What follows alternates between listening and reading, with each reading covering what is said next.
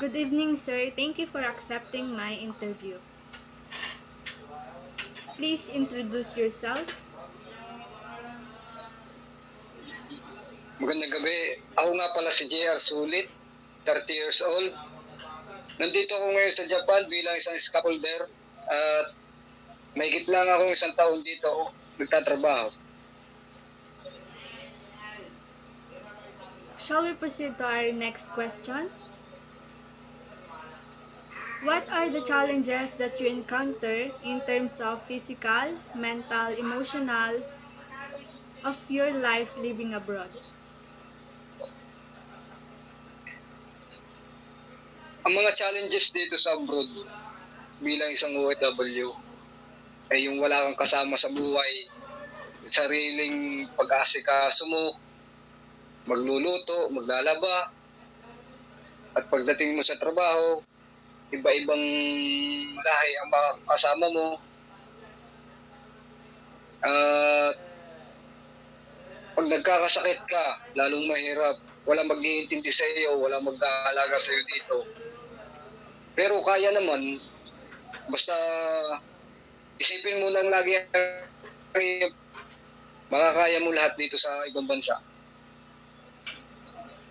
As an OFW, what success have you achieved by working in other countries? Sa ngayon, wala pa naman ako na-achieve na maganda. Wala pa akong napapakita sa mga tao. Pero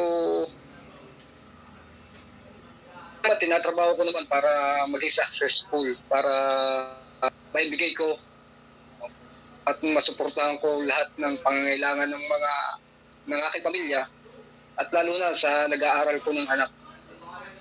Gusto kong kahit malayo pa, may pagtapos ko naman sila ng pag-aaral. Dahil dito sa aking trabaho. Discuss the reason why you left our country, the Philippines. What pushed you to work abroad? Siyempre, unang-una sa lahat yung sahod dyan sa Pilipinas ay hindi natin makatutumbasan dito sa abroad. Triple okay, apat na beses pa ang laki ng sahod dito sa abroad kumpara dyan sa Pilipinas.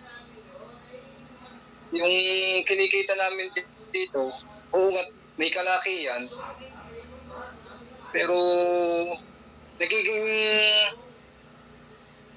nagiging sapat pa din naman para matustusan ko lahat yung mga pambayad utang. Kaya hindi naman ako pumunta dito para mag-ipon lang. Siyempre, aalis ako dito ng may utang ka. Lahat naman ng OFW nararanasan yun eh.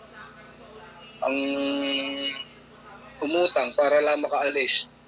Ang pinagkaiba nga lang, may kalakihan sahod dito kaysa dyan sa Pilipinas na hindi yung mga gusto mong bilhin dyan sa Pilipinas, hindi mo kayang bilhin pag dyan ka lang nagtrabaho. Dito sa ibang bansa, kahit pa paano, yung mga gusto mo, yung luho mo, nakukuha mo.